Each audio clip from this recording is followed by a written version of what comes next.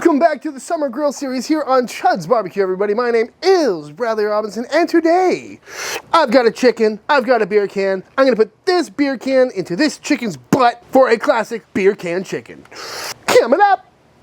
When it comes to grilling season, there's something so classic about a beer can chicken. You got a chicken which is super cheap, readily available, got your fire going, you got plenty of beers on hand, and that's kind of what life is all about. That being said, this is one of the easiest ways to cook a chicken, and the real benefit is that it's standing up vertical, so you don't have to break it down, no butchery required, you can rotate it freely, and the beer can is just gonna help it stand up. So without further ado, today we're gonna make a beer can chicken, and it is going to be delicious.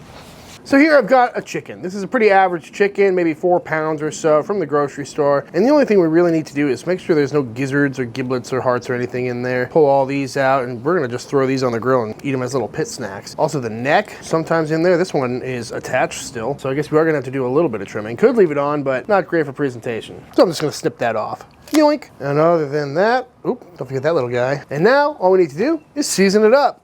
Today I'm going with some good old-fashioned chud rub. This is just an all-purpose rub I like to make. Keep an eye on the website and the Patreon, because this is gonna hit the shelves pretty soon. So I'm just gonna go around and get this thing nicely covered. This is mostly salt, pepper, little paprika, garlic, and other spices in there. We're just gonna get a nice heavy coating all the way around. Kind of the beauty of rubs is whether it's 2 parts pepper, 1 part salt, or any rub like this, you don't ever really have to worry about over salting because there's so many other ingredients. So by the time you get a good coating of it, you should be in the ballpark of wonderful flavor. Pat it in. Also, we're gonna throw some in the cavity itself. That's a view. Because we want as much flavor as possible. And it's mostly bones in here, so don't need to worry about it too much. Bam, bam, bam, bam, bam, bam, bam. Get this thing fully coated. And in a perfect world, I would dry brine this or regular wet brine it or something. But again, beer can is kind of all about that quick, easy, can't really mess it up cook. So we're gonna just keep it pretty calm today. So that's looking pretty good to me. We'll probably do a few touch-ups once it's on the can. But first things first, always tuck your wingtips, folks. Otherwise those little ends are gonna burn, and also just doesn't that look so much better anytime you're gonna do a chicken? Tuck the wingtips back. Beautiful. Now let's talk about beer. Any beer will do. I usually have plenty of these floating around. I've tried it with IPAs and whatnot. Flavor-wise, it doesn't really make a difference. But one thing is for sure, you don't want a full beer. You want it maybe halfway through. So, oh no, I guess I'll have to do something with half of this beer. Perfect. Now, the moment of truth. All we're gonna do is take this beer and insert it lovingly, yet gently, with consent, into this chicken's butthole. Can't go wrong with that. And look at that. Stands up all on its own. Looks like it's relaxing in the sun with its arms back. Pretty much perfect situation. And at this time, I'll go through and do some final touch-ups on the rub. Sometimes I find a little spray can help things stick, and adding a little extra oil to chicken skin is never a problem in my book. And again, you can go with whatever beer you like. You can go with whatever rub you like. Something with some good color on it's always nice with chicken. Oh yeah, get it in there. And that is looking pretty much perfect to me. Let's fire up the grill. Good Lord, Fogo. Look at the size of that beast.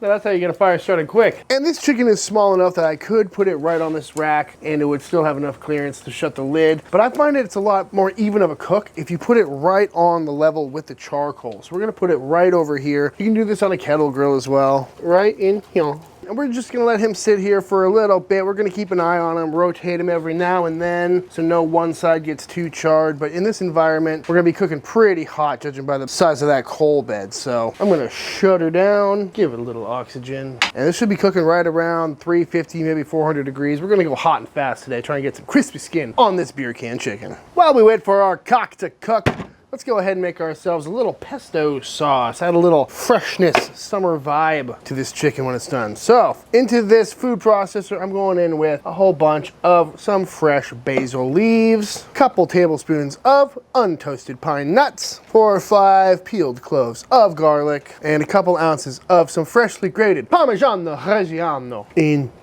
Also going with a nice pinch of kosher salt, and we mix. Oh yeah, I forgot this thing is broken. Will this work? Yeah! I tell you what, I'm sick of all these safety features on equipment nowadays. And we're just gonna blend this up to a nice paste. And I know I should be doing this in a mortar and pestle, but I honestly don't have one.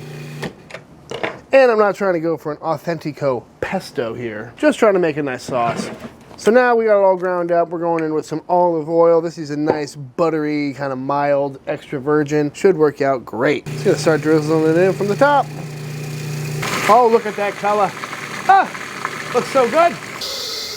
Oh, yes please. Go through and scrape down the sides a little bit. Make sure everything's evenly incorporated. And this is where you can kind of choose your consistency with the amount of oil you put in there. If you want it kind of clumpy, then this would be a good place to stop. This is kind of good bread spreadability, but I kind of want it to be drizzleable. So I'm gonna add a little more oil.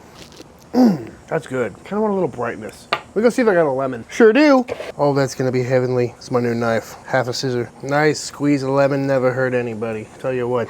Unless you get it in your eye. Oh yeah, that's looking pretty good to me. Well, I guess with the addition of the acid and the lemon in there, it's kind of getting a little bit closer to a chimichurri than a true pesto, but whatever. I can do whatever I want. So now I'm going into the chimichurri glass, as seen in my wildly unpopular rack of lamb video. We're just gonna let that chill until our chicken is ready.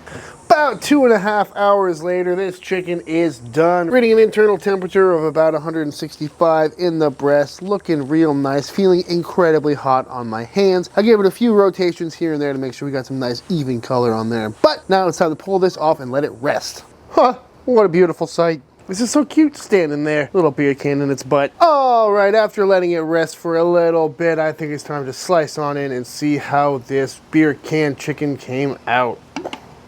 Ooh, that's real Pitmaster's cocktail right there. Oh man, that is juicy. Yup, and you can just carve this just like any other chicken. Yeah, that looks pretty damn juicy to me. You know what, I'm just gonna go for it right here. That is a good looking thigh right there. Nice and juicy. Oh man, incredibly tender. It's just so juicy. Yup. That's unbelievable for not being brined or anything like that. Take this other leg off. Comes right off. Equally as juicy. Gonna pull these wings off too while we're at it. Just like carving a turkey. Ooh, that breast is super tender. And there we have it. Beautiful chicken booby. Damn flies are everywhere. And while we got this spine out, let's go ahead and pop these oysters out of there. That's fantastic. How'd it go wrong with a classic grilled beer can chicken? Tell you what, super flexible too. You know, whether you're cooking at 350, 400, it's cooking at 450 for a while today. I cooked real quick. All right, let's slice this breast up and see how it came out. Looking real nice. Skin on chicken breast is the way to go about it. Beautiful. That's a nice, juicy looking chicken booby, if I ever saw one. And not like it needs any more flavor, because this is quite flavorful as is. But throw a little of this beautiful pesto sauce on top, and you got yourself a lovely summer weeknight dinner. Yes, please. Oh, oh, it's so fresh. That Parmesan adds a really nice touch too. Beautiful. And if you don't eat it all, mix it with that pesto, get yourself a hell of a chicken salad. Damn, that is good.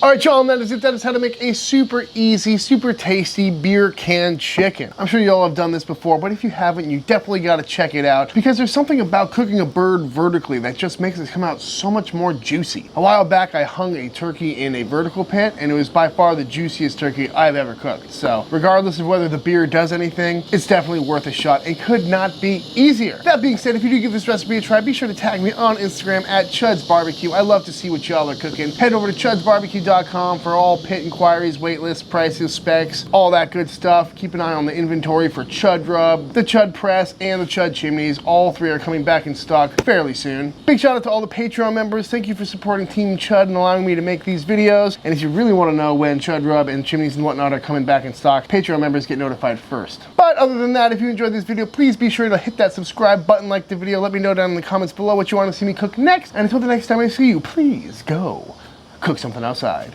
Peace!